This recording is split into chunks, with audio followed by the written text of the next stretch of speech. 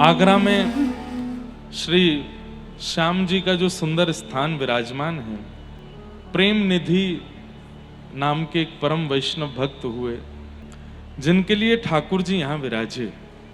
पुष्टि मार्गीय वैष्णव थे, नित्य ठाकुर जी की सेवा करते थे, खूब भाव से सेवा करते थे ठाकुर जी की। ध्यान से सुनिएगा, वैसे सुनी होगी कईयों ने, नहीं सुनी तो सुनिए। किसी समय पर आगरा मुगल लोगों का गढ़ होता था और अधिकतर मुगल साम्राज्य करने वाले जो भी भारत में आए, मुगल आक्रांता, उन सबका प्रिय स्थान आगरा ही होता था। उस समय की बात है कि जब मुगल आक्रांताओं ने अपना गढ़ बना रखा था आगरा को, और यहाँ पर भजन पूजन पाठ आदि करने वालों को बहुत परेशान किया जाता था, उनका बहुत निरादर किया जाता था, और कभी कभी तो निर्मम हत्या तक कर दी जाती थी। ऐसी स्थिति थी। प्रेम निधि जी चाहते तो वृंदावन में रह सकते थे, बहुत दूर नहीं है वृंदावन यहां से, लेकिन उनके मन का भाव था कि कमल कीचड़ में ही उगता है और वही कमल फिर ठाकुर जी के चरणों तक पहुंचता है। कई बार व्यक्ति अपनी विपरीत परिस्थिति का त्याग कर देता है ठाकुर जी के भजन के लिए।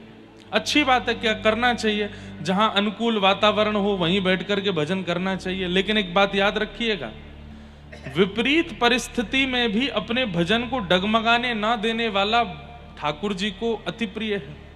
जैसे कमल कीचड़ है, दुर्गंध है, लेकिन फिर भी कमल प्रकट होता है और उस कीचड़ के एक अंश को भी अपने ऊपर आने नहीं देता। इसलिए ठाकुर जी को कमल अति प्रिय, सबसे प्रिय पुष्पों में कमल है ठाकुर जी को। कहां तक कहें, ठाकुर जी के श्री अंग की उपमा भी कमल से ही दी जाती है। भगवान के हस्त कमल, चरण कमल, मुख कमल, सब कमल। वो कमल कहां होता है? विपरीत दिशा में, विपरीत परिस्थिति में। नदी में नहीं होता, कीचड़ में होता है, दलदल में होता है, सरोवर में होता है। तो ऐसे ही जो भक्त देखते हैं कि हमारा परिवार विपरीत है, माहौल विपरीत है, यहां भजन नहीं कर पाएंगे, वृंदावन चलो, बरसाना चलो, गोवर्धन चलो, नंदगांव चलो, बद्रीनाथ चलो, हरिद्वार चलो, ऋषिकेश चलो, वो एक प्रकार से गुलाब के पुष्प बन जाते होंगे, मोगरा के पुष्प बन जाते होंगे, चंपा चमेली के पुष्प बन जाते होंगे। लेकिन जो विपरीत परिस्थिति का त्याग नहीं करता और वहां रह करके भी अपने भजन को डगमगाने नहीं देता, वो कमल बनता है।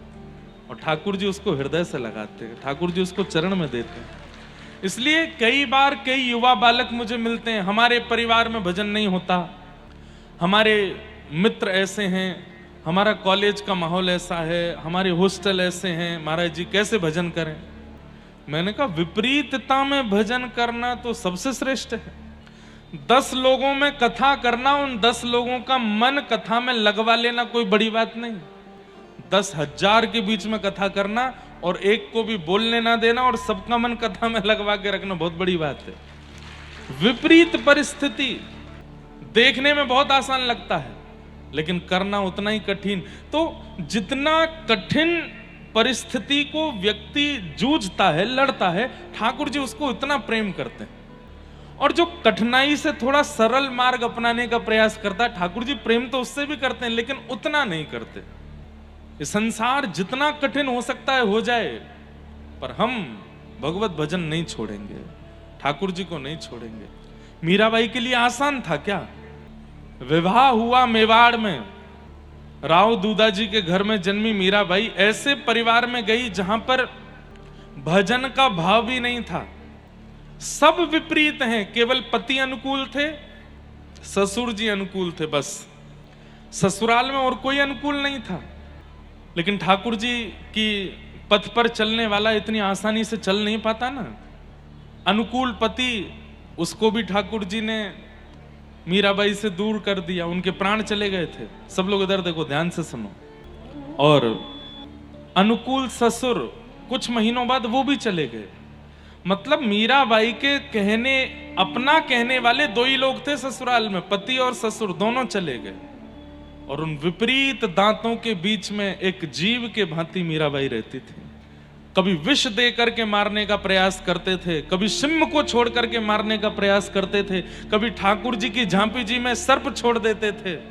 कितने प्रयास किए मीराबाई को मारने के लिए, लेकिन बाईसा ने अपना भजन नहीं छोड़ा।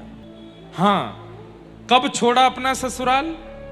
जब मीराबाई को मारने के लिए एक वैद्य से विष बनवाया और उस विष को जब मीराबाई को पहुंचवाया तो मीराबाई से किसी ने कहा तुम्हारे हरि का चरणामृत है, तो चरणामृत समझ के जब पी गई, नहीं मरी, कुछ नहीं हुआ, और नाचने लगी और निखर गई और तेज बढ़ गया मीराबाई का।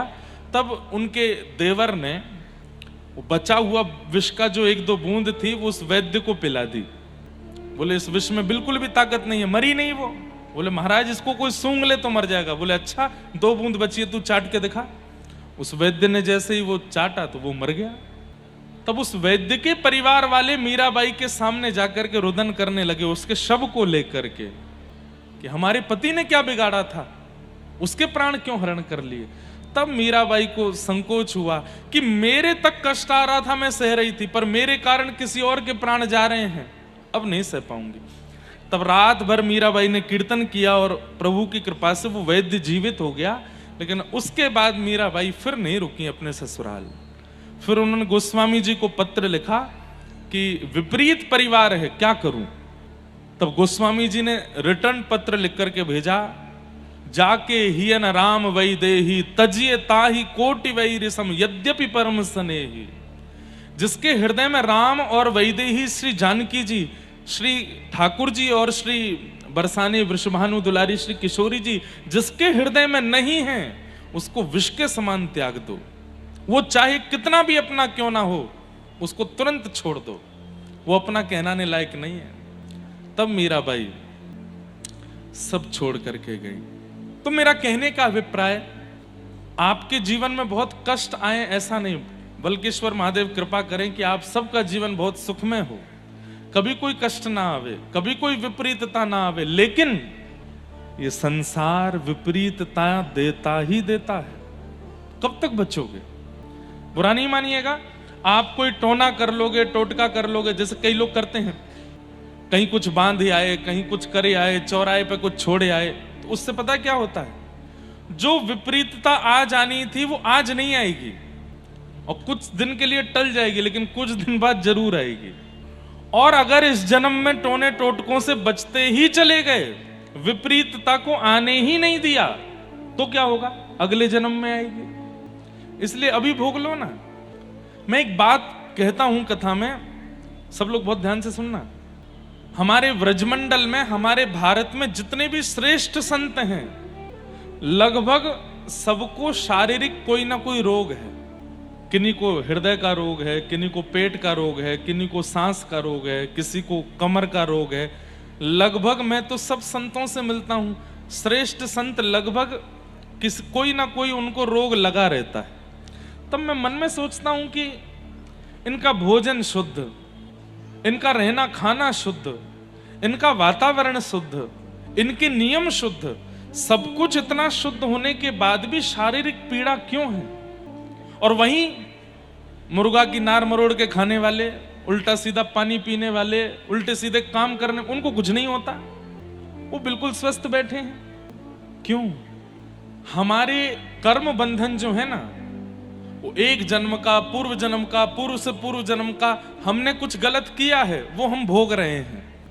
इतना इस जीवन में हम भोग लेंगे, उसके बाद जो बच जाएगा वो उसको भोगने के लिए दोबारा आना पड़ेगा।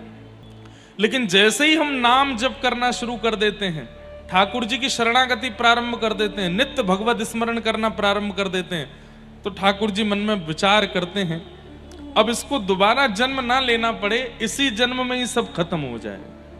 पूर्व का भी जितना है, इस जन्म का भी जितना है, सब कटा करके मुक्त करो। प्रसंग आता है माधवदास जी का, जगन्नाथपुरी के परम भक्त श्री माधवदास जी। एक बार उनको पेट का अतिसार रोग हो गया। ऐसा रोग हो गया कि बिस्तर पर ही मलमूत्र आदि का त्याग करने लगे। तो क्या देखते हैं कि महाप्रभु जगन्नाथ जी एक बालक का रूप धारण करके आए और उनकी सेवा करने लगे। तो माधवदास जी ने हाथ पकड़ के कहा कि नाथ, आप मेरी सेवा क्यों कर रहे हो? तब भगवान कहते हैं जब भक्त मेरी सेवा कर सकते हैं तो मैं भक्तों की नहीं कर सकता? चुपचाप लेटे रहो, मुझे करने दो। तो माधवदास जी कहते हैं आप परमात्मा हो, आप साक्षात जगन्नाथ हो, आप यदि चाह लो तो मेरा रोग ठीक कर सकते हो। रोग ठीक नहीं कर रहे हो, सेवा कर रहे हो, ऐसा क्यों? मेरे पेट का दर्द ठीक कर दीजिए ना, मुझे जो रोग हुआ है वो ठीक कर दीजिए, हाथ घुमा दीजिए मेरे सिर के ऊपर। ये रोज रोज मेरी सेवा करने क्यों आते हो? तब ठाकुर जी क्या कहते हैं, माधवदास यदि तेरे कर्म में जो लिखा है उस रोग को मैंने अभी ठीक कर दिया, तो जो बचा हुआ कष्ट है उसको भोगने के लिए तुझे दोबारा जन्म लेना पड़ेगा। इसलिए तू अभी इसको भोग ले। ये जो कष्ट आ रहा है, इसको, ये जो पीड़ा आ रही है, इसको स्वीकार करके नष्ट कर दे। कहीं ये बच गई, कहीं ये शेष रह गई, तो इसके लिए दोबारा आना पड़ेगा। लेकिन फिर ऐसा कहते हैं कि महाप्रभु जगन्नाथ जी से सहा नहीं गया और 15 दिन का कष्ट और था माधवदास जी का। अगले दिन माधवदास जी स्वस्थ हो गए। माधवदास जी बोले शायद भगवान ने मेरी बात सुन ली, मेरी पीड़ा दूर कर दी, लेकिन पीड़ा दूर नहीं की, ठाकुर जी ने अपने ऊपर ले ली। और आज भी महाप्रभु जगन्नाथ जी 15 दिन के लिए बीमार पड़ते हैं। वो माधवदास जी का रोग अपने ऊपर लिया ठाकुर जी ने। अब तब तो लिया था, अब तो ठाकुर जी सुख देने के लिए, सबको थोड़ा आनंद देने के लिए और बस अपनी व्यापकता स्थापित करने के लिए हर बार 15 दिन के लिए बीमार हो जाते हैं। हम जब कथा करने जा रहे हैं 27, 28, 29, 30 जगन्नाथपुरी में, उसके बाद 3 दिन और दर्शन होंगे जगन्नाथ जी के, फिर 15 दिन के लिए जगन्नाथ जी अनोसर हो जाते हैं। और ऐसा कहते हैं कि जहां कहीं भी जगन्नाथ जी का स्वरूप है, आपके घर में कोई चित्र है, जगन्नाथ जी हैं, 15 दिन उनका भी दर्शन नहीं करना चाहिए, उनको भी कहीं पर विराजमान करके पौढ़ा देना चाहिए। हमारी कथा के जो मुख्य श्रोता जगन्नाथ जी हैं, ये हैं महाप्रभु जगन्नाथ। ये भी 15 दिन, इनको भी हम एक सुंदर झांपी जी है उसमें विराजमान करके रखते हैं। जहां कहीं भी जगन्नाथ जी का स्वरूप है, 15 दिन उनको ढक करके रखना चाहिए, सुंदर एक आसन पर सुला देना चाहिए। और हो सके तो घर में नित्य, जैसे महाप्रभु जी की वहां रोज औषधि बनाई जाती है, वैसे औषधि बना करके सेवा करनी चाहिए। अनेक अनेक भाव हैं उसके पीछे, वो सब हम जगन्नाथपुरी में सुनाएंगे कि क्यों 15 दिन के लिए बीमार होते, कहां जाते हैं जगन्नाथ जी, क्या करते हैं। पर कहने का अभिप्राय कि हमारे जीवन में जो विपत्ति आती है ना, वो विपत्ति भोग लेनी चाहिए, चाहे वो शारीरिक हो, चाहे वो मानसिक हो, चाहे वो बौद्धिक हो। आजकल लोग कहते हैं बहुत डिप्रेशन होता है बच्चों को, एंजाइटी होती है, परेशानी होती है, बहुत दुखी हो जाते हैं, बहुत डिप्रेशन में चले जाते हैं। उसके लिए भजन कीजिए, पर वो जो परिस्थिति जीवन में आई है उससे भागिए मत, उससे लड़िए, उससे जूझिए। कहीं उससे भागोगे और उसको नष्ट करने का प्रयास करोगे तो वो आज नहीं तो कल, कल नहीं तो 10 साल बाद फिर से आएगी। इससे उससे जूझिए। तो विपरीतता का त्याग नहीं करना चाहिए, बल्कि विपरीतता में और संभाल करके भजन के बल के साथ और आगे बढ़ना चाहिए। श्री प्रेम निधि जी महाराज ने आगरा का त्याग नहीं किया, जबकि यहां चारों तरफ विपरीतता है। वे चाहते तो वृंदावन जाके सेवा कर सकते थे अपने ठाकुर जी की, लेकिन उनके मन में भाव था कि ठाकुर जी को कमल प्रिय है और कमल कीचड़ में ही उगता है, मैं यहीं रह के करूंगा। कैसे भजन करते थे? सुबह सुबह रात्रि में ही उठ जाते थे, 2-2:30 बजे उठ करके जाते थे, कलश लेकर के जमुना जी में स्नान करते, जमुना जी का जल भरते और सूर्य उदय हो उससे पहले जल लेकर के आ जाते। क्योंकि म्लेच्छ लोग जब उठ जाते थे तब शिखाधारी, सूत्रधारी, तिलकधारी, धोतीधारियों को देख नहीं पाते थे, उनको मारने लगते थे, उनको तंग करते थे, परेशान करते थे। तो इसलिए सुबह हो मुझे कोई छुए उससे पहले आकर के ठाकुर जी की सेवा में निमग्न हो जाते थे। एक दिन की बात, बहुत वर्षा हुई रात को, प्रेम निधि जी उठ गए और बाहर देखने लगे, अब जाऊं, इतनी वर्षा हो रही है, कैसे जाऊं। अब वर्षा में दलदल हो गया, तब कंक्रीट के रोड तो होते नहीं थे, कच्चे रोड होते थे, उन सब में दलदल बन जाता था। सोचने लगे क्या करूं, तो मन में सोचे कि सुबह होगी, ये सब म्लेच्छ लोग परेशान करेंगे, निकल पड़ता हूं। आप जैसे ही कलश लेकर के निकले, इधर देखो, यहां देखो, यहां देखो, यहां देखो, विपरीतताओं से बचो। ये जो विपरीतताएं इधर उधर से आती हैं, इन सब से निकल के कथा सुनो। बारिश हो रही थी, कीचड़ दलदल हो रहा था, और ऐसे में और भी कई सारे डर होते हैं कि बारिश के बाद कभी सांप, कातर, बिच्छू आदि ये सब निकल आते हैं, और फिर रोड भी दिखता नहीं है अच्छे से। उस समय पर लाइट होती नहीं थी, मशाल होती थी, मशाल भी कैसे लेके जाएं, इतनी वर्षा हो रही है।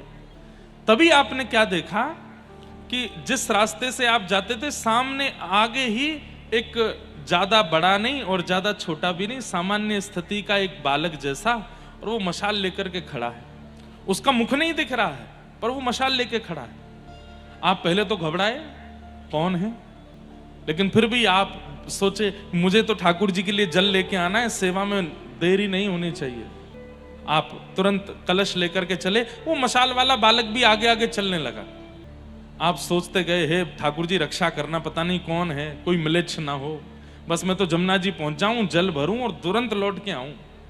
जमुना जी पहुंचे, जमुना जी में जाके स्नान किया। वो मशाल वाला बालक थोड़ा दूर चला गया। स्नान करके आप जैसे ही कलश भरे, वो फिर आ गया, और वो कुछ बोलता नहीं है, बस आगे आगे राह जैसे दिखा रहा है, और दिखाता हुआ वो फिर वहां से अंतर ध्यान हो गया। आप अपने निवास पर, कुटिया पे पहुंच गए। आपने अपने पैर वैर धोए, बोले भैया आज तो ठाकुर जी ने बड़ी कृपा करी, पता नहीं कहां से कोई सज्जन आ गया, मशाल लेकर के पूरे रास्ता दिखा के लाया हो मुंह को, बड़ी कृपा, जय जय, बड़ी कृपा। आपने जैसे ही कपाट खोले मंगला आरती करने के लिए, तो क्या देखते हैं, ठाकुर जी के पांव में कीचड़ लगी है और हाथ में मशाल का तेल लगा है, जो ठाकुर जी यहां विराजमान है। मैंने दर्शन नहीं किए, कल पहली बार करूंगा। उनके वहां के महाराज जी आए थे एक दिन यहां पर, और ये देख करके प्रेम निधि जी के नेत्र सजल हो गए। जय जय, आप आए, आप मशाल लेकर के चल रहे थे, और मैं आपसे भयभीत हो रहा था। मैं ये सोच रहा था पता नहीं कौन है, लेकिन नाथ बड़ी कृपा आपकी, ठाकुर जी आए। मैं भगतन को दास, भगत मेरे मुकुट मणि। एक बात बताऊं आपको, जैसे हम ठाकुर जी का भजन करते हैं, राधा राधा जपते हैं, कृष्ण कृष्ण जपते हैं, राधे कृष्ण जपते हैं, ऐसे ही ठाकुर जी हमारा कीर्तन करते हैं। जब ठाकुर जी को लगता है कि मुझसे कोई बहुत प्रेम करने वाला परम वैष्णव भक्त हो गया है, तो ठाकुर जी उसके नाम का कीर्तन बना लेते हैं, और फिर ठाकुर जी उसके नाम का कीर्तन करते हैं। अनुब्रजाम में हम नित्यम पूये ये तन्य रेणु भी। बोले आप किसका ध्यान करते हो, आप किसका चिंतन करते हो, आप किसका भजन करते हो नाथ? तब ठाकुर जी कहते हैं, मुझे अनन्य रूप से भजने वाले भक्तों का चिंतन मैं करता हूं। और कोई रमेश नाम का भक्त है, तो ठाकुर जी उसके नाम का कीर्तन बना लेते होंगे, रमेश रमेश रमेश, मेरो प्यारो रमेश, मेरो दुलारो रमेश, मेरो नीको रमेश। अब मीरा बाई का क्या कीर्तन करते होंगे, मीरा गोपाल मीरा गोपाल मीरा गोपाल मीरा गोपाल। मीरा गोपाल मीरा गोपाल बोलते रहोगे तो धीरे धीरे मेरा गोपाल बोलने लगेगा। ऐसे ठाकुर जी मीराबाई का कीर्तन करते हैं। पंढरपुर महाराष्ट्र में तो प्रसिद्धि है, ज्ञानोबा तुकाराम, ज्ञानोबा तुकाराम, ज्ञानोबा तुकाराम। ये ठाकुर जी कीर्तन करते हैं, और ऐसा कीर्तन करते हुए वहां के पुजारी जी को दिखे, रुक्मणी जी मृदंग बजा रही हैं, और ठाकुर जी करताल लेकर के भक्त का नाम गा करके कीर्तन कर रहे हैं। मेरा आपका नहीं करते होंगे, क्योंकि हम अभी उस श्रेणी में आए ही नहीं, पर हाँ हमारे व्रज के कई ऐसे महापुरुष हैं, और जिसका भी चिंतन आ रहा हो चित्त में, व्रज का नाम लेके उसका कीर्तन करते होंगे ठाकुर जी, उनका कीर्तन करते होंगे। ठाकुर जी भक्तों का कीर्तन करते हैं। ठाकुर जी के पैरों में कीचड़ लगी देखी, हाथ में मशाल की वो तेल लगी देखी, प्रेम निधि जी के नेत्र सजल हो गए। जय जय, आपने श्रम क्यों किया, ये मेरी सेवा है, मुझे करने दीजिए, आप क्यों श्रमित हुए। चरणों में गिर के खूब रोए, चरण धोए ठाकुर जी के, हाथ पोंछे, स्नान आदि कराए, सेवा करिए। तब से प्रेम निधि जी इतने गंभीर हो गए, गंभीर मतलब अब भावुक रहने लगे। अब बस वो जैसे ही अपने ठाकुर जी को देखते हैं, आंखों से आंसू गिरने लगते हैं, उनको वही बात याद आने लगती है। बंधुओं, ये तो कृपा करके प्रार्थना करो ठाकुर जी से कि नाथ भले ही प्रत्यक्ष मत दिखना, पर जीवन जिस सहारे हम जी लें ऐसा एक अनुभव करा देना, जिस अनुभव को याद करके ही हम रोते रहें, एक अनुभव करा देना। प्रेम निधि जी को एक ऐसा अनुभव प्राप्त हो गया, उस अनुभव में ही वे रोते रहते हैं, रमे रहते हैं। कीर्तन करने लगे, कथा करने लगे, सत्संग करने लगे। आगरा के जो गिने चुने कुछ वैष्णव लोग थे वे सब वहां जाने लगे और जाकर के प्रेम निधि जी का सत्संग सुनने लगे। ठाकुर जी का दर्शन करते और उनकी कथा वार्ता सुनते। 2 से 4, 4 से 5, 5 से 15, 15 से 20, 50, 100, 200। जब भीड़ बढ़ने लगी तो धीरे धीरे म्लेच्छों की नजरों में आ गए। कौन है ये? इतने वैश्य समाज के, वैष्णव समाज के, हिंदू समाज के लोग कहां जाते हैं? बोले प्रेम निधि नाम का व्यक्ति है, उसका प्रवचन सुनने जाते हैं। जाकर के बादशाह से शिकायत कर दी। बोले कि ये, अब शिकायत में तो कुछ भी कह देते हैं ना। अच्छा, शिकायत और दोष उन्हीं को दिखते हैं जो कभी पास गए ही नहीं। दोष 2 लोगों को दिखाई देते हैं, ध्यान से सुनिएगा। दोष 2 लोगों को दिखाई देते हैं, एक तो अति सामीप्य वाले को और एक अति दूर वाले को। 2 ही लोगों को दोष दिखते हैं। अति सामीप्य वाले को दोष कैसे दिखता है? अब वो संग ही रहता है, संग ही खाता है, संग ही बैठता है, संग ही घूमता है, तो धीरे धीरे उसको दोष दिखने लगता है। अच्छा ऐसे ही है, हाँ ये तो ऐसे ही खा जाते हैं, ऐसे ही बैठ जाते हैं, ऐसे ही बैठ लेते हैं। और एक अति दूर जो कभी आया ही नहीं है पास में, बस सुनी सुनाई बातों पर ही दोष देखने लगता है। और हम मानवों की एक क्वालिटी है कि हम दोष क्षण भर में देख लेते हैं, गुण देखने में पूरा जीवन निकल जाता है, गुण नहीं दिखता। बादशाह के पास जाकर के दोष बताने लगे। अरे वहां तो ऐसा होता है, उस सत्संग में तो हम लोगों की विपरीत बातें बताई जाती हैं, हम लोगों से दुश्मनी कैसे हो ये सब सिखाया जाता है, आदि आदि बना बढ़ा चढ़ा करके बना करके बातें बोल दी। बादशाह ने आज्ञा दे दी, पकड़ करके लाओ। प्रेम निधि जी अपने ठाकुर जी की जल झारी भर करके, और जल झारी जी पधराने वाले थे, इतने में ही सैनिक आ गए और सैनिकों ने आकर के हाथ पकड़ा। तो प्रेम निधि जी बोले मैं चल रहा हूं, भाई झारी जी पधराने दो ठाकुर जी की। झारी जी भी नहीं रखने दी, ऐसे ही लेकर के गए। बहुत रोए, बोले कि अरे मेरे जय जय को प्यास लगेगी, कहाँ पिएंगे, नेक मुझ जल तो पधरान दो, तुम जहां कहोगे मैं चलवे को तैयार हूं, नेक जल तो रखन दो। लेकिन उन्होंने जल भी नहीं रखने दिया। बादशाह के सामने गए, बादशाह ने कहा इनका जो करना है बाद में देखेंगे, अभी इनको तय खाने में डालो। तय खाने में डाल दिया।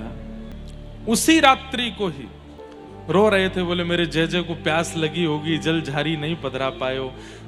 वैष्णव जो होता है ना, जैसे एक माँ को अपने बालक की चिंता रहती है, प्रियतम को अपनी प्रियतमा की चिंता रहती है, ऐसी वैष्णव को पूरे दिन अपने ठाकुर जी की चिंता लगी रहती है। वो कथा में भी आते हैं ना, तो ये सोचते हैं कथा अभी 7:30 8 बजे तक कथा में रहेंगे, फिर जय जय के काजे जाके प्रसादी बनानी है, 8:30 9 बजे तक शयन कराना है। आज शयन, अब गर्मी बहुत हो गई है, कूलर नहीं एसी होना चाहिए, जय जय की सेवा में कछु ऐसा पहुंचना चाहिए, चंदन घिस करके छाती पे लगाऊंगो, ऐसे वस्त्र पहनाऊंगा, ये सब चिंता बनी रहती है। राजा सोया था अपने कक्ष में, इतने में ही वो कोई स्वप्न जैसा दिख रहा था, और उसको ऐसा दिखा कि जिनकी वो इबादत करता है वो उसके स्वप्न में प्रकट हो गए, और उसके स्वप्न में प्रकट होकर बोल रहे हैं मुझे प्यास लगी है, पानी पिला। तो राजा ने कहा पास में जग रखा है, उसमें पानी भरा है, पी लीजिए। तो ठाकुर जी ने एक लात मारी, और लात मारी सपने में लेकिन गिरा असली में, और जब गिरा तो घबरा गया, क्या हुआ? बोले अरे दुष्ट, जब तुझे प्यास लगती है तो तू भी अपने सेवकों को कहता है, वे ला करके तुझे पानी पिलाते हैं। एक सामान्य से प्रांत का राजा होकर के भी तू अपने सेवकों के हाथ से पानी पीता है। मैं तीनों लोगों का स्वामी, अपने हाथ से पानी कैसे पीऊं? सेवक आकर के पिलाएगा तब पीऊंगा मैं। और ये कलिकाल है, यहां मैं स्वयं कुछ नहीं करता, अपने सेवकों के अधीन रहता हूं। वो खिलाएंगे तो खाऊंगा, वो पिलाएंगे तो पीऊंगा, वो पहनाएंगे तो पहनूंगा, वो सुलाएंगे तो सोऊंगा, वो जगा देंगे तो जगा रहूंगा महीनों तक। ये कलयुग में मैं पूर्ण अधीनता प्रकट करता हूं अपने वैष्णवों के प्रति। जिसको तूने बंद किया है वो मेरा सेवक है, अभी छोड़ उसको। राजा दौड़ा दौड़ा गया घबराते हुए, जा करके ताला खोला, प्रेम निधि जी के चरणों में गिर गया, बोले मुझे क्षमा कर दो, अपराध हो गया, आप जाइए, आपके ठाकुर जी प्यासे हैं, उनको जल पिलाओ, और मुझे कुछ आज्ञा दे के जाइए, मैं क्या करूं, कोई सेवा बता दीजिए। प्रेम निधि जी ने कहा आगरा क्षेत्र में जितने भी वैष्णव रहते हैं उनको भक्ति करने में कभी दिक्कत ना हो, बस इसका ध्यान रखना। कभी भी तुम्हारे सैनिक जन और यहाँ घूमने वाले म्लेच्छ उनको परेशान ना किया करें। यमुना जी के मनोरथ करने में, अपने ठाकुर की सेवा करने में उनको किसी को दिक्कत ना हो, बस ये ध्यान रखो। और आइंदा कभी भी किसी वैष्णव का अपराध मत करना, नहीं तो हमारे ठाकुर जी ने अभी लात मारी है, वो नृसिंह बन करके पेट भी फाड़ देते हैं। बस इतना कह करके प्रेम निधि जी चले गए और अपने ठाकुर जी से आकर के हृदय से लगा लिया, जल झारी भर के लाए, सेवा में पधराई। ऐसे ठाकुर जी आगरा में विराजमान, प्रेम निधि जी के ठाकुर जी। अगर कह दें तो कोई अतिशयोक्ति नहीं कि आगरा का गुप्त वृंदावन है वो, वहां के ठाकुर जी अति मधुर हैं। तो मीराबाई का एक बहुत सुंदर पद है, हे थारी चाकरी में चूक कोनी, राखू मारा सावरिया, राखू मारा सावरिया, चाकर राखो जी, गिरधारी माने चाकर राखो जी, हे गिरधारी माने चाकर राखो जी, हाँ बनवारी माने चाकर राखो जी। गाओ भाव से, ओ थारी नौकरी में चूक कोनी, राखू मारा सावरिया, राखू मारा सावरिया, चाकर राखो जी,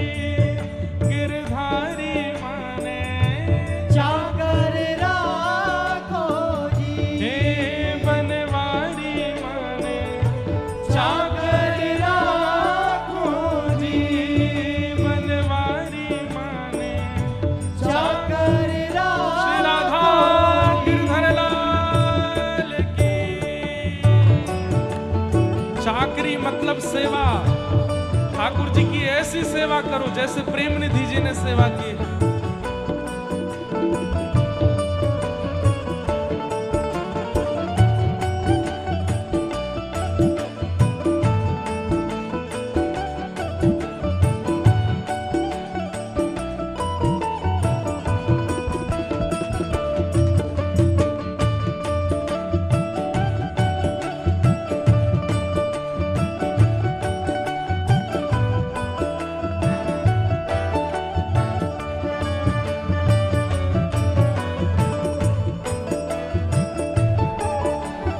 मीराबाई क्या कहती है, हो चाकर रहसू बाग लगासू, नित उठ दर्शन पासू, चाकर रहसू बाग लगासू, नित उठ दर्शन पासू, हाँ चाकर रहसू बाग लगासू, नित उठ दर्शन पासू, चाकर रहसू बाग लगासू, नित उठ दर्शन पासू, हे वृंदावन री कुंज गलिन में हरि री लीला गासू, वृंदावन री कुंज गलिन में हरि लीला गासू, हे वृंदावन की कुंज गलिन में हरि की लीला गासू, वृंदावन की कुंज गलिन में हरि की लीला गासू, ओ मैं तो हरि की लीला गासू मारा सावरिया, गासू मारा सावरिया, चाकर राखो जी, गिरधारी माने चाकर राखो जी, हे बनवारी माने चाकर राखो जी, हे गिरधारी माने चाकर राखो। मेरे साथ गाओ भाव से। चाकरी के लिए रिज्यूम दे रहा हूं ठाकुर जी को, कथा गा करके कि नाथ हम पे कथा कहनी आती है थोड़ी थोड़ी, आप चाहो तो हमको अपनी सेवा में ले लो, आपको कथा सुनाएंगे। तो कथा जब हम करते हैं तो ठाकुर जी आके देखते हैं कि भाई बढ़िया से कर रहे हो कि नहीं। ऐसे ही आप सब लोग जब करताल बजाते हो, गाते हो, नृत्य करते हो, तो ठाकुर जी आपको भी देखते हैं कि ये चाकरी में रखने लायक है कि नहीं। उबासी लेते रहते हो, बैठे रहते हो, गाते नहीं था, तो ठाकुर जी फिर रिजेक्ट कर देते हैं, बोले ये चाकरी के लायक नहीं है, इसलिए बैठे रहो, ज्यादा खड़े नहीं होना। लेकिन जो खड़े हैं, बैठे हैं, सब भुजा उठा के गाओ जरूर, प्रार्थना करो। लेकिन कहीं नौकरी चाहिए तो आपको पहले बताना पड़ता है कि आप एक्सपर्ट हो कि नहीं हो, कहीं गलती तो नहीं कर दोगे, कहीं कोई अपराध तो नहीं कर दोगे, कहीं काम बिगाड़ तो नहीं दोगे। इसलिए भगवत चरणार विंदों में चाकरी चाहिए तो उसके लिए पहले संत जनों की खूब सेवा करो, रसिक जनन की खूब सेवा करो, धाम की खूब सेवा करो, धाम में जाकर के सोहनी सेवा किया करो, स्वच्छ बनाने का प्रयास करो, यमुना जी को स्वच्छ बनाने का प्रयास करो, संत जन रसिक जनों के यहाँ जाकर के उनकी सेवा करो, उनकी चाकरी करो। उससे क्या होगा, ठाकुर जी के पास में ये संकेत पहुंचेगा कि इनको चाकरी आती है, इनको सेवा आती है, ये सेवा में निपुण है। लेकिन घर में बैठे हैं, एकांत में केवल अपने मंदिर की सेवा करते हैं और दुनियादारी से कोई मतलब नहीं। यमुना जी प्रदूषित हो रही है तो होती रहो, वृंदावन में गंदगी हो रही है तो होती रहो, हम जिन संत रसिकों के यहाँ जाते हैं उनके यहाँ पर सेवा में अभाव है तो बना रहे, हमें कोई फर्क नहीं पड़ता। ऐसे लोग ठाकुर जी की चाकरी नहीं पाते। मुक्ति भी 5 प्रकार की होती है। अभी मुक्तिनाथ में कथा थी, एक बार वो कथा सुनिएगा। वहां बड़े ज्ञान में और गंभीर प्रसंग कहे गए थे, वहां मुक्ति के 5 प्रकार बताए गए थे। उसमें सारूप्य, सारूज्य, सामिप्य, एकत्वम आदि आदि मुक्तियों के भाव बताए गए थे। तो ठाकुर जी देखते हैं कि भाई जिसको सेवा करनी आती ही नहीं है, सेवा में बिल्कुल निपुण ही नहीं है, इतने वर्ष व्रज में रहा, आगरा में रहा, यमुना जी के तट पर रहा, फिर भी कभी जाकर के यमुना जी को शुद्ध करने का प्रयास नहीं किया, वो हमारी सेवा क्या करेगा? कभी अपने गुरु घर जाकर के कभी गुरुदेव की सेवा नहीं की, आचार्यों की सेवा नहीं की, हमारी सेवा क्या करेगा? कभी इतनी बार वृंदावन, जगन्नाथपुरी, द्वारिका गए, पर वहां पर होने वाली जो असुविधाएं हैं उनको कभी सुविधा में परिवर्तित करने का प्रयास नहीं किया, हमारी सेवा क्या करेगा? हमारे भागवत जगत के परम पूजनीय प्रातः स्मरणीय श्री डोंगरे जी महाराज, वे जहां कथा करते थे वहां एक अन्य क्षेत्र शुरू कर देते थे, वहां पर एक अन्य क्षेत्र, आज तक वो अन्य क्षेत्र चल रहे हैं। राह चलते हुए आने जाने जो भी लोग हों उन सब के लिए विठोबा का प्रसाद भोग बनेगा, ठाकुर जी को भोग लगेगा, सबको मिलेगा। अन्य क्षेत्र शुरू करते थे। उस काल में अन्य क्षेत्रों की जरूरत भी थी, इतने साल पहले, 40, 50, 60 साल पहले इतना लोगों के पास में प्रसाद की व्यवस्था नहीं होती थी। लेकिन आज की व्यवस्था के अनुसार विचार करना चाहिए। इस वर्ष हमको 10 साल हो जाएंगे कथा करते हुए, और इस साल के अंत आते आते मैं कोई ना कोई संकल्प करने वाला हूं कि जहां कहीं भी कथा होगी वहां एक प्रकल्प भक्ति पथ की तरफ से चलना चाहिए। हम ऐसी कथा करके नहीं चले जाएं, एक प्रकल्प तो, और वो आज की मांग के अनुसार हो। आज भोजन की तंगी नहीं है, आज बहुत अलग अलग चीजें हैं जिसकी आवश्यकता मानव को है। इतनी संख्या में लोग आते हैं।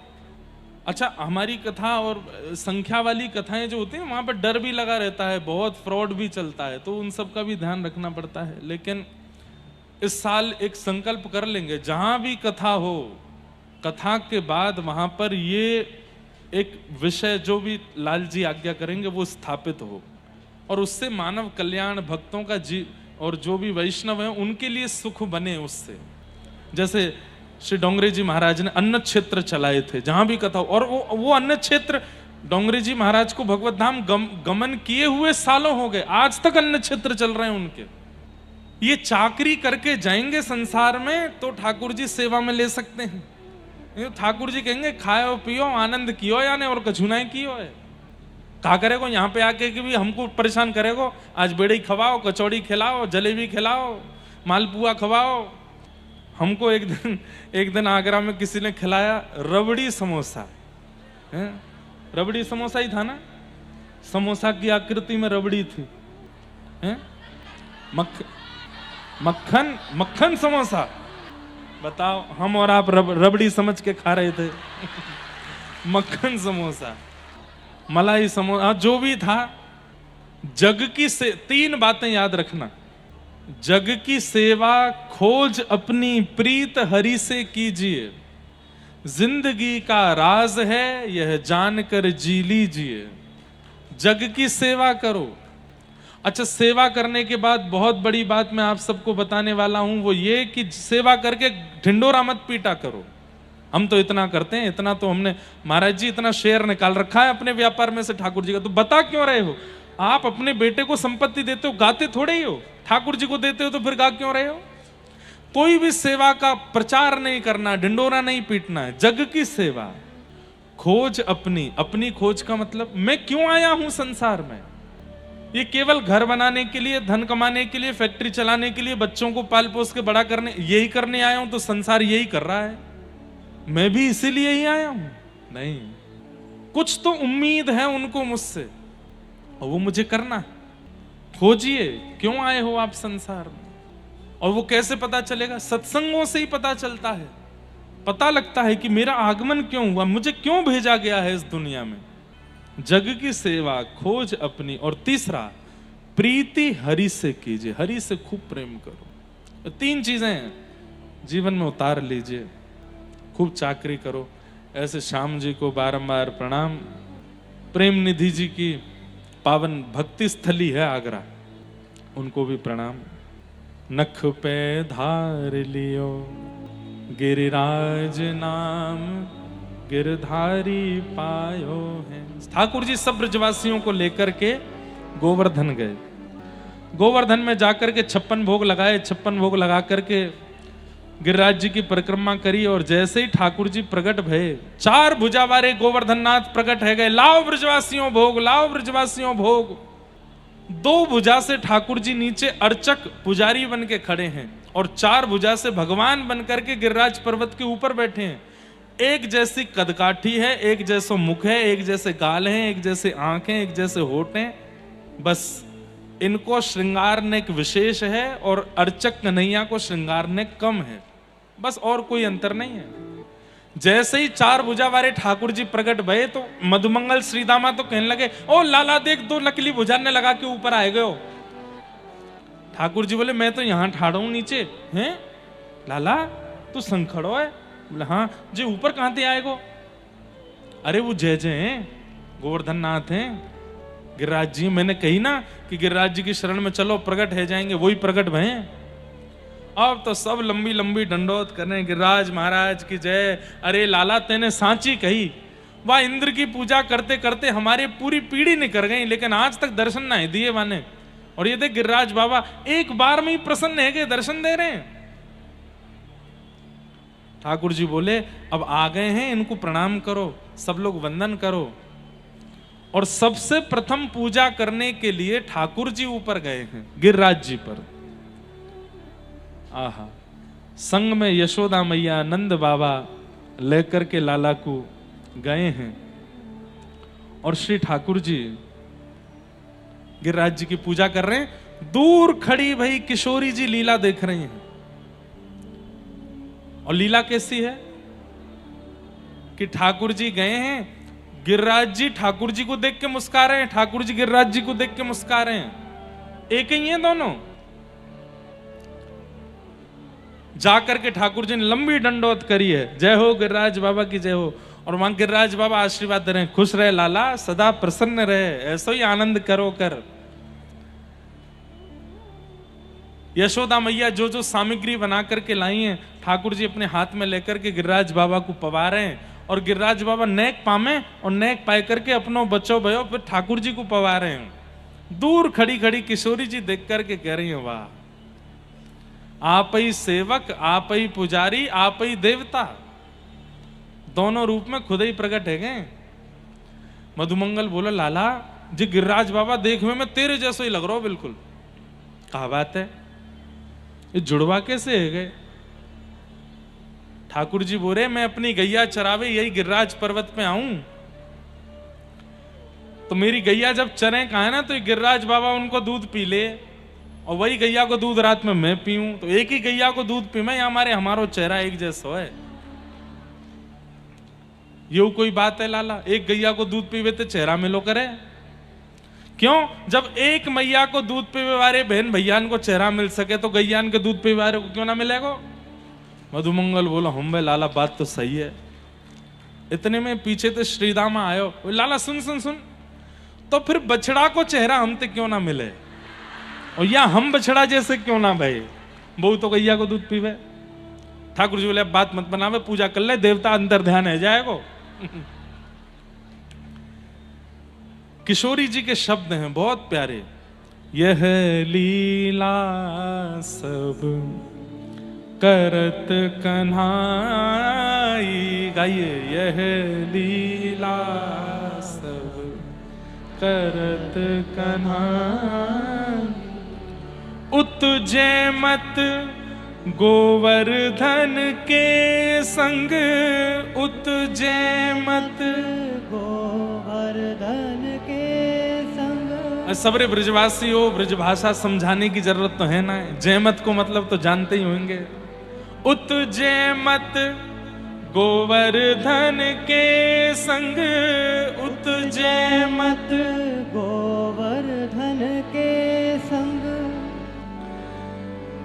इत राधा सो प्रीत लगाई, इत राधा सो प्रीत लगाई। इत गोपिन सो कहत जिमाओ, इत गोपिन सो कहत जिमाओ। उत आपुन जेमत मन लाई, उत आपुन जेमत मन लाई। यह लीला सब करत कन्हाई, यह लीला सब करत कन्हाई।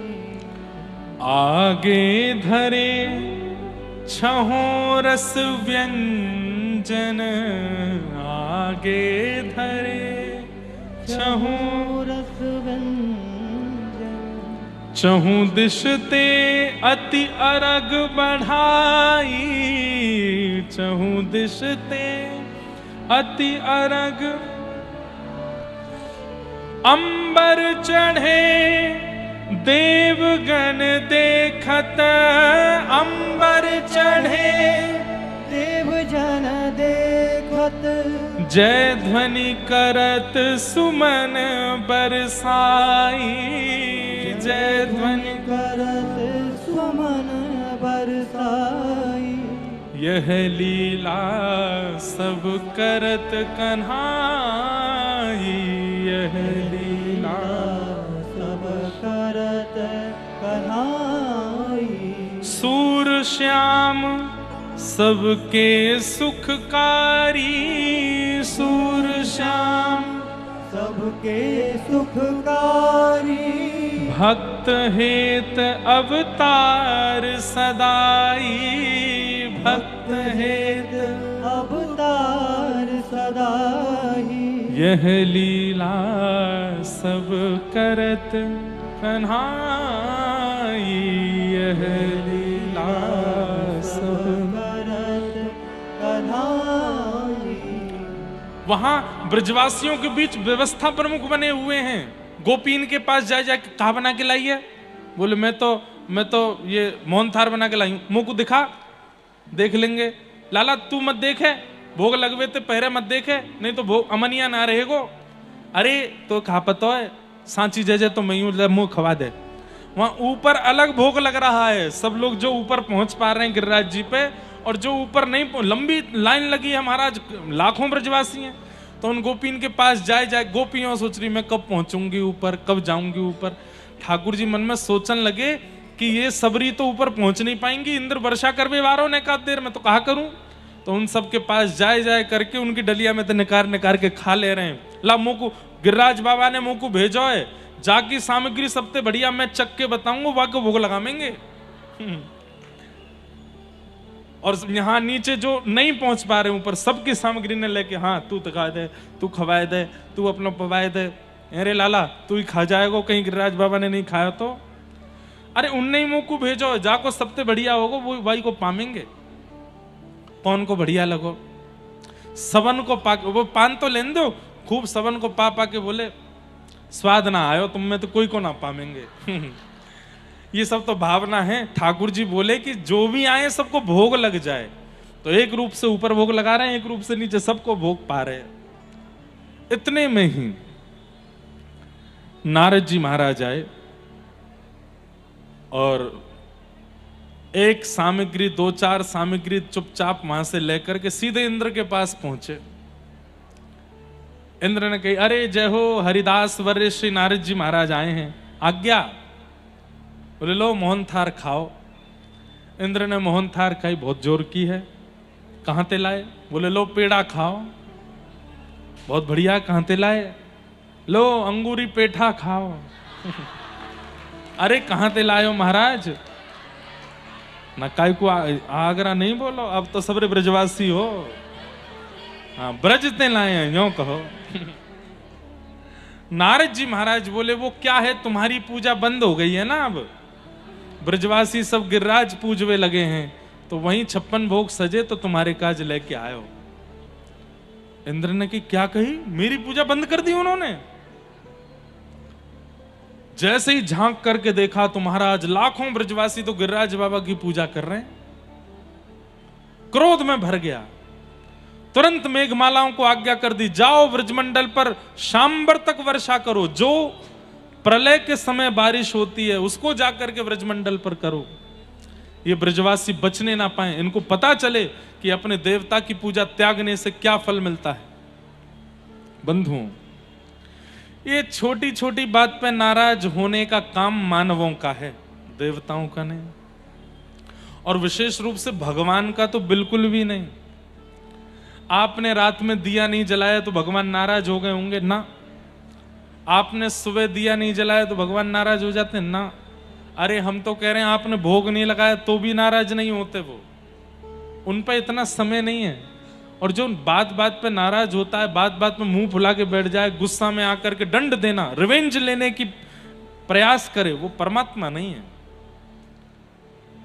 हाँ, प्रेम लक्षणा भक्ति में हमको विचार करना चाहिए कि ठाकुर जी का बाल भोग लगना है, ठाकुर जी का राजभोग होना है, ठाकुर जी का उत्थापन भोग होना है, ठाकुर जी का शयन भोग होना है, ये विचार हमारे चित्त में आना चाहिए। ठाकुर जी को इससे कोई फर्क नहीं पड़ता, ठाकुर जी कहें लगाओ तो मैं राजी हूं, नहीं लगाओ तो कोई दिक्कत नहीं। और जब हम प्रेमी हो जाते हैं ना, प्रेम के वशीभूत सेवा करने लगते हैं, तो ठाकुर जी को फर्क पड़ने लगता है। फिर शाम को यदि भोग ना लगाओ तो ठाकुर जी मुंह फुला लेते हैं, अच्छा तुमने मेरा भोग नहीं लगाया, लेकिन इसके बदले ठाकुर जी घर तोड़ दें, तुमको गेड़ दें, पाम में फ्रैक्चर कर दें, एक्सीडेंट करा दें, ये ठाकुर जी नहीं करते। भगवान पे इतना समय नहीं है। कभी विचार किया करो, 8 अरब लोग हैं शायद संसार में, ऐसा गिनती है, अनगिनत कितने हैं कोई पता नहीं। हर सेकंड एक व्यक्ति की मृत्यु होती है, 2 लोगों का जन्म होता है हर सेकंड। जनसंख्या कितनी है पूरे विश्व की, ये तो केवल मानव हैं। चैंटियों की अलग सोचो, मच्छरों की अलग सोचो, मछलियों की अलग सोचो, जानवरों की अलग सोचो, पक्षियों की अलग सोचो, गिनती में भी नहीं आ पाएंगे, इतनी जनसंख्या है। और केवल इनके ही ठाकुर जी नहीं है, पेड़ पौधे वृक्ष सबके ठाकुर जी हैं। इतने भयावह भीड़ वाले इस संसार में मैं अगर भोग नहीं लगाऊं तो ठाकुर जी को कोई फर्क पड़ेगा?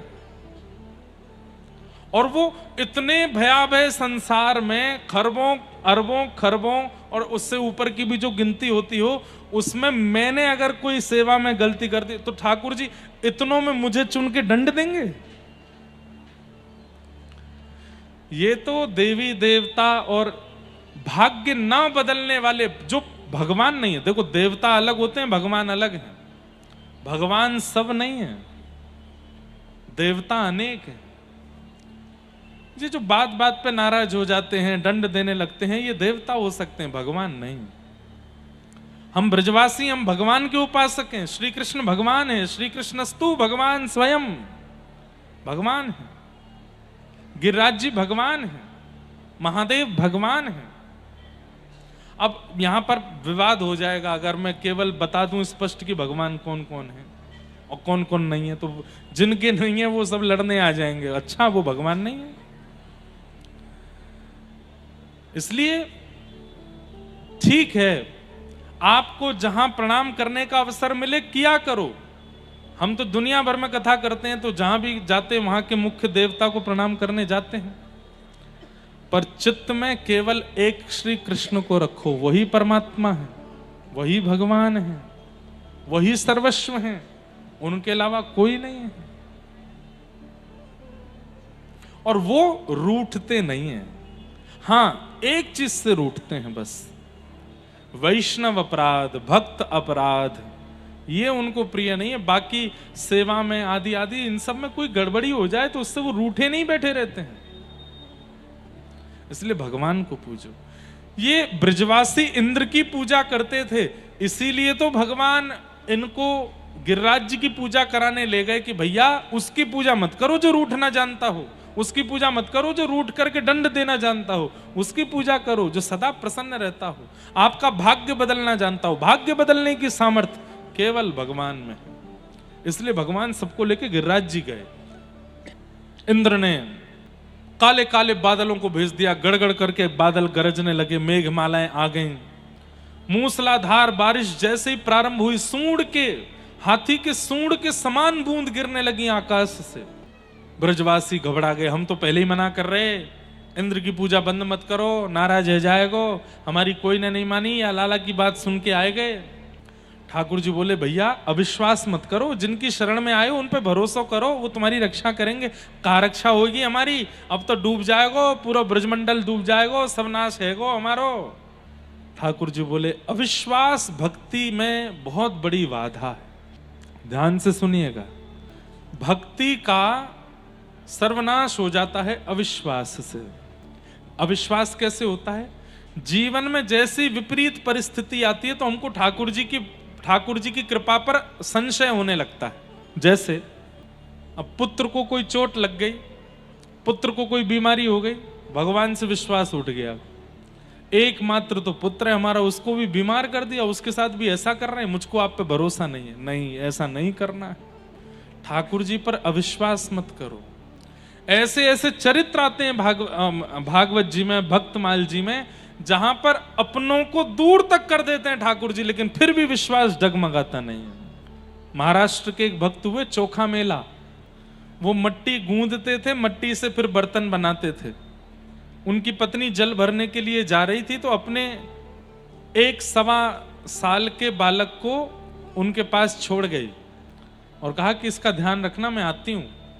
थोड़ी देर में वो कीर्तन करने लगे, कीर्तन करते करते खड़े होकर के कीर्तन करने लगे, मट्टी गूंद रहे हैं और कीर्तन कर रहे हैं। अब वो 1.25 साल का बालक चलना जानता नहीं, घुटमुन घुटमुन चलते चलते मिट्टी में आ गया और अपने ही पिता के पैरों के नीचे आ गया। कहते हैं कि आप कीर्तन में इतने निमग्न थे कि आपको पता ही नहीं चला कि आपका बेटा आपके पैरों के नीचे है, और उसके प्राण चले गए। पत्नी जब आई तो आकर के उसने देखा मेरा बेटा कहाँ है, वो तो कीर्तन कर रहे थे चोखा मेला, और कीर्तन जब करते थे इतने तत्पर होके करते थे कि कौन आ गया कौन चला गया पता नहीं चलता था। पत्नी ने चारों ओर ढूंढा, नहीं मिले तो चिल्लाने लगी, चीखने लगी, लेकिन उनका तो कीर्तन ही बंद नहीं हुआ। तब उन्हीं को धक्का दिया, बोले हमारा बेटा कहाँ है? बोले मुझे क्या पता कहाँ है, मैं तो कीर्तन कर रहा था। तब देखा तो मट्टी के अंदर धस चुका था, प्राण निकल गए उसके। पत्नी ने कहा धिक्कार है आपके कीर्तन को, अरे अपने ही पुत्र के प्राण ले लिए, इतना ध्यान नहीं रख सकते थे कि क्या करना, अपने पुत्र पर चढ़ गए। कहते हैं चोखा मेला जी अपनी पत्नी से बोले मैं कीर्तन में निमग्न था, मुझे पता नहीं था कि पुत्र आ गया है यहाँ पर। बहुत सुनाया, पत्नी ने बहुत कुछ बुरा भला कहा। उस दिन उन्होंने संकल्प लिया कि यदि मैंने अब इन दोनों हाथों से कभी अपनी पत्नी का स्पर्श किया तो इन हाथों का त्याग कर दूंगा। किसी दिन अपनी पत्नी का स्पर्श किसी भाव से हुआ, दोनों हाथ कटवा दिए उन्होंने, अपने आप को दंड दिया और बिना भुजा के रह करके भगवत भजन करने लगे। एक दिन पंढरीनाथ भगवान का कोई कीर्तन चल रहा था, चोखा मेला जी के मन में आया कि मेरे हाथ होते तो मैं भी ताली बजाता। ठाकुर जी ने कृपा कर दी, उनके दोनों भुजाएं वापस आ गईं और भगवत कृपा से वो मरा हुआ पुत्र भी जीवित हो गया। ऐसे तो कितने प्रसंग हैं। बस अविश्वास नहीं आवे। पत्नी में अविश्वास आया लेकिन चोखा मेला जी में नहीं आया। उसके बाद भी भगवत भजन छोड़ा नहीं उन्होंने। इसलिए अविश्वास कभी मत करना। चाहे जैसी स्थिति आ जाए, चाहे खाक कर दें सब कुछ जला करके ठाकुर जी, तो भी उन पर अविश्वास मत करिएगा, भरोसा रखिए। जब ब्रजवासियों के साथ ऐसी स्थिति होने लगी, सब में अविश्वास होने लगा, ठाकुर जी बोले अविश्वास भक्ति में नाशकारी होता है, मैं क्या करूं? सब ब्रजवासियों को इकट्ठा करके बोले देखो मैं गिरिराज बाबा से प्रार्थना करूंगा जे हमारी रक्षा करेंगे। ब्रजवासी चला रहे हैं जे रक्षा ना करेंगे हमारी, अब तो हमको डूब के मरना ही पड़ेगा। ठाकुर जी बोले नेक प्रतीक्षा करो। गिरिराज बाबा को प्रणाम करके दंडवत करके और ठाकुर जी ने प्रार्थना करी, हे गिरिराज बाबा हमारी रक्षा करो। गिरधर तुमरी शरण, गिरिवर तुमरी शरण, गिरधर तुमरी शरण, गिरधर तुमरी शरण, गिरिराज धरण, प्रभु तुमरी शरण, गिरिराज धरण, प्रभु तुमरी शरण। रखो लाज हमारी गोवर्धन, रखो लाज हमारी गोवर्धन, रखो लाज हमारी गोवर्धन, रखो लाज हमारी गोवर्धन।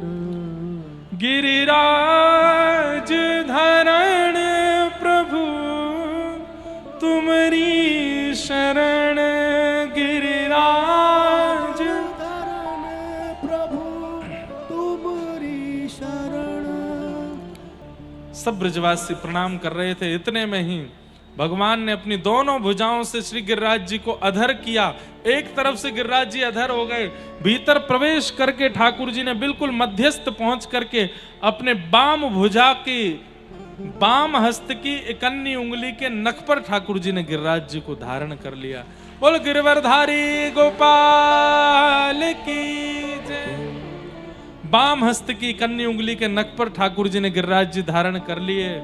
सब ब्रजवासी आकर के खड़े हो गए, अपनी अपनी छड़ी लगाए ले नीचे। सब आश्चर्यचकित होकर के ठाकुर जी की ओर देख रहे हैं और अपनी छड़ी लगा करके खड़े हैं। गिरिराज जी कभी इतकू जामे कभी इतकू जामे, बीच में ठाकुर जी खड़े हैं। धीमे धीमे सब ब्रजवासी ने गिरिराज जी के नीचे अपनी छड़ी लगाए ली। सब ब्रजवासी खड़े हो गए, सब ठाकुर जी की ओर टकटकी लगा के देख रहे हैं। ठाकुर जी बोले कहा देख रहे हो? बोले हम यूं देख रहे हैं जब हमने छड़ी लगा रखी है तेने उंगली काहे को लगा रखी, हटा ले याकू। ठाकुर जी बोले मैं अपनी उंगली हटा लाऊं? बोले हाँ हटा ले, हमने छड़ी लगा रखी है। ठाकुर जी बोले 21 किलोमीटर लंबे चौड़े गिरिराज पर्वत हैं, 21 किलोमीटर लंबे चौड़े गिरिराज पर्वत, ये पतरी पतरी सी तुम्हारी बांस के जो डंडा, इन पे टिकेंगे ये?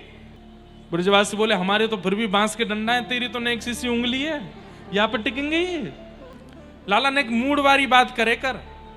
ठाकुर जी बोले मेरी उंगली पर टिक जाएंगे, तुम्हारी छड़ी पर ना टिकेंगे। बोले चल बात मत बनावे, उंगली हटा ले तू, हमने लगा ली है छड़ी। अरे यशोदा मैया कह दो याते लाला ते, हम बे बन के खड़ो है को, सब जगह ऐसे खड़ो है जा जैसे यही परमात्मा है का, हटा ले उंगली। ठाकुर जी बोले ये ब्रजवासी मुंह को कुछ समझे ही ना है। ठीक है भैया हटा रहा हूं उंगली, संभालो गिरिराज जी। हाँ लाला तू हटा ले, हमने पकड़ ली कस के। जैसे ठाकुर जी ने नेक उंगली नीचे करी महाराज, चट चट चट चट चट चट सबकी छड़ियां टूटने लगी, गड़गड़ करके गिरिराज जी नीचे आने लगे। सब ब्रजवासी नीचे को भगे, बाहर को भगे। ठाकुर जी ने फिर से गिरिराज जी को अपनी कन्नी उंगली के नख पर फिर से धारण कर लिया। अब तो दूर दूर तक एक भी छड़ी नहीं है, या कोने से वाह कोने तक कोई सपोर्ट नहीं है, अकेले ठाकुर जी खड़े हैं और मंद मुस्कुरा रहे हैं और ऐसे खड़े जैसे कोई रुई को फोहा उठा लिया हो बिल्कुल ताकत ही नहीं लग रही है। कभी यूं देखने लगे, कभी यूं देखें। श्री कृष्णदास जी का पद है कि बीच बीच में ठाकुर जी एक हाथ से बंशी भी बजा लेते हैं और यूं ही खड़े हैं। अरे लाला, बोला हाँ, इस सांची में केवल तेरी उंगली पर टिक गए ये? बोला हाँ, इतने बड़े गिरिराज पर्वत तेरी उंगली पे? बोला हम बे कैसे टिक गए? ठाकुर जी बोले हम जय जय हैं, या हमारे टिक रहे हैं। ए मधुमंगल श्रीदामा, चलो प्रणाम करो। बचपन ते कह तो आया हूं सबन ते मैं जय जय हूं, मैया ते कही मैं जय जय, या गोपी ते कही मैं जय जय, इस सबरे ग्वाल बालन ते मैंने कही मैं जय जय, कोई ने नहीं मानी। लाला तू बात मत बनावे, यूं बता दे तू जय जय काई कू है? देखो बहुत दिन है गए, तुम लोग मानो ना हो बातन को, आज सबरे बातन को हिसाब कर दूं। बोले कर, मैंने पूतना मारी, सक्टासुर मारो, अघासुर मारो, बकासुर मारो, धेनुकासुर मारो, कालिया नाग नाथ दियो, और आज मैंने गिरिराज जी उठाए लिए। कोई मानव कर सके इन कामन को? मैं जय जय हूं, मैंने उठाया हो और मैंने ही सब मारे हैं। ब्रजवासी बोले बातन ने मत बनावे, मारी तेने पूतना। अरे लाला, जे तो हमारे ब्रजमंडल की सीमा को प्रभाव है कि यहां नारकीय लोग और राक्षस लोग जैसे ही या भूमि में प्रवेश करें, धीरे धीरे उनकी आयु क्षीण होने लग जाए। वो ज्यादा दिन यदि ब्रज में रहेंगे तो वो मर ही जाएंगे। अरे पूतना जैसे ही या ब्रजमंडल में प्रवेश करी, वाके पुण्य इतने नाए, वाके प्राण हरण हेवे लगे, धीमे धीमे क्षीण होते गए, नेकाद प्राण रह गए 2-4 श्वास के। वही समय तेरे सामने आ गई और आकर के जैसी मरी, मरी मराई में हाथ धर के कहे मैंने मारी। अरे या ब्रजमंडल की सीमा में बिना पुण्य के प्रवेश ना कर सके कोई।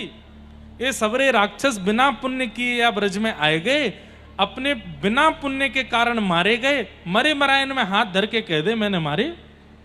लाला तेरो बल ना है, तू तो बस यूं बता तेने गिरिराज जी कैसे उठाए? कोई मैया हमें तो लगे ही गैया चरावे जावे, कोई तो ना ठोटका वारो बाबा मिल गो याकू, वाने याकू कोई मंत्र सिखाए दियो, वायते उठा लियो याने। लाला हमको भी बता दे, हम भी उठाए ले करेंगे। ठाकुर जी बोले ब्रजवासियों की यही सरलता मुझको अति प्रिय लगती है।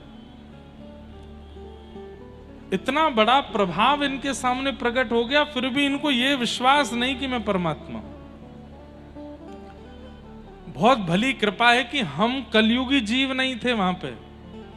हमारे आगे तो नेक कोई वो क्या होता है जादूगर ऐसे रूमाल से कबूतर प्रकट कर दे तो हम बाबा करने लगे। हमारे सामने ठाकुर जी ने गिरिराज जी उठा लिए होते तो हम तो मान ही लेते कि ये परमात्मा है, पर ब्रजवासी नहीं माने। लाला बता कैसे उठाए? कछु माखन को बल बढ़ो, कछु गोपन करी सहाय, श्री राधे जू की कृपा सो मैंने गिरिवर लियो उठा। कछु माखन को बल। अच्छा देखो अब यहां क्या सीखने को मिलता है। विष्णु सहस्त्र नाम का जब आप लोग पाठ करेंगे तो वहां पर अमानिना, मान देना, ठाकुर जी अमानी हैं और दूसरों को मान देने वाले हैं। हम लोग उल्टे हैं, कोई और करता है तो भी हमको लगता है कि इसका भी श्रेय मुझे दे दिया जाए, लेकिन ठाकुर जी कैसे करते खुद हैं पर श्रेय सबको बांट देते हैं। सबसे पहला श्रेय किसको बांटा? ठाकुर जी बोले कछु माखन को बल बढ़ो, माखन ते मुंह में बल आयो, तो माखन को श्रेय नहीं दे रहे हैं, माखन निकाले वाली सब गोपियों को श्रेय दे दियो। अरे गोपियों तुम मोते पूछो करती, लाला तेरे घर में इतनो मक्खन है, इतनो घी है, इतनो दूध है, तू अपने घर में भोजन काई को ना करे, अपने घर को मक्खन क्यों ना खावे, हमारे घर में काई को आ जाए। अकेली यशोदा मैया के हाथ से निकसो भयो मक्खन यदि खातो तो इतनो बल नहीं आतो। इतनी सारी गोपीन के घर में जाए जाए कि मैंने मक्खन खायो तो सब गोपीन के परिश्रम को बल मेरे भुजा में आ गए, मैंने गिरिराज जी उठा लिए। सब गोपियों के नेत्र सजल है गए। अरे लाला, आज हमें पता चली कि लाला घर घर में जाए के मक्खन क्यों खावे। अच्छा एक और बात, ठाकुर जी मान दे रहे हैं, पर ब्रजवासियों का भी भोलापन देखो, इतनी सहज सी बात को स्वीकार भी कर ले रहे हैं। जैसे छोटे बालक को कह देते हैं ना, मेला में आज नहीं कल लेके जाएंगे, बालक मान जाता है, ठीक है अच्छा चलो पढ़ लो, पढ़ने बैठ जाता है। कितना सरल बालक होता है। लेकिन चतुर बालक, उससे कहो कल लेके जाएंगे मेला में, अच्छा झूठ बोल रहे हो, मेला तो आज ही खत्म होने वाला है। चतुर बालक उससे नहीं बच सकते। पर ठाकुर जी को चतुर नहीं प्रिय हैं, ठाकुर जी को भोले ही प्रिय हैं। ब्रजवासी भोले हैं। अरे गोपियों के मक्खन में क्या इतना बल कि 21 किलोमीटर पर्वत को उठा लें, लेकिन ठाकुर जी ने कहा तो गोपियों ने मान लिया। सब ठाकुर जी को आशीर्वाद देनी है, लाला तू ऐसे ही बनो रे, अरे अब हम तो को कभी नहीं रोकेंगे। अरे भैया सबरी गोपियों अपने घर में 2 मक्खन टांगेंगे, एक घर को एक लाला के काजे, है ना। लाला तू खूब पहियो प्रेम ते। गोपियों को श्रेय दिया। अब सारे पुरुष वर्ग खड़े हैं, तो ठाकुर जी ने उनकी ओर देखा तो उनको भी श्रेय दिया। कछु गोपन करी सहाय। गोप ग्वाल बोले लाला हमने कहा सहायता करी। बोले कछु तो मैंने माखन के बल से गिरिराज जी उठाए, कछु आपने मेरी। बोले हमने कहा सहायता करी। बोले जैसे ही मैंने गिरिराज जी उठाए, आप सब टकटकी लगा करके बिना पलक झपकाए मेरी उंगली की ओर देख रहे, तो आप सबन की शक्ति न करके मेरी उंगली में आए गई।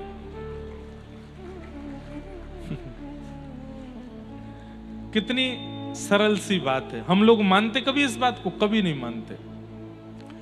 पर गोप ग्वाल क्या कह रहे हैं? अच्छा तभी तो हम कहें हमारी सांस क्यों फूल रही है, हम इतने कमजोर क्यों होते जा रहे हैं, हमारी ये इतनो भोजन करवे के बाद भी पेट खाली खाली का ही को लग रहा है। अच्छो अब तो चली कि हमारी सबरी शक्ति तो या उंगली में चली गई है। अरे भैया हम सबरो 56 भोग लेके आए, कहां धरो? बोले ये धरो, खोलो सबरे पानो शुरू करो। बोले काय को? बोले हम पामेंगे, हम में शक्ति बनेगी, फिर हम लाला को देख लेंगे, तो हमारी शक्ति फिरते चली जाएगी। कितने भोले हैं ब्रजवासी। कछु माखन को बल बढ़्यो, कछु गोपन करी सहाय, और श्री राधे जू की कृपा सो मैंने गिरिवर लियो उठा। अभिनव जलधार सुंदर धृत मंदर, धृत मंदर श्री मुख चंद्र चकोर, जय जय देव हरे। श्री मुख चंद्र चकोर, जय जय देव हरे।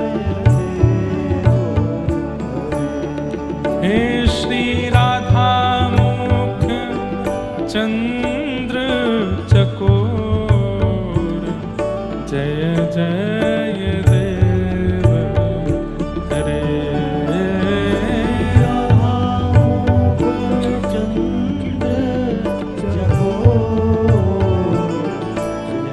जय जय देव हरे।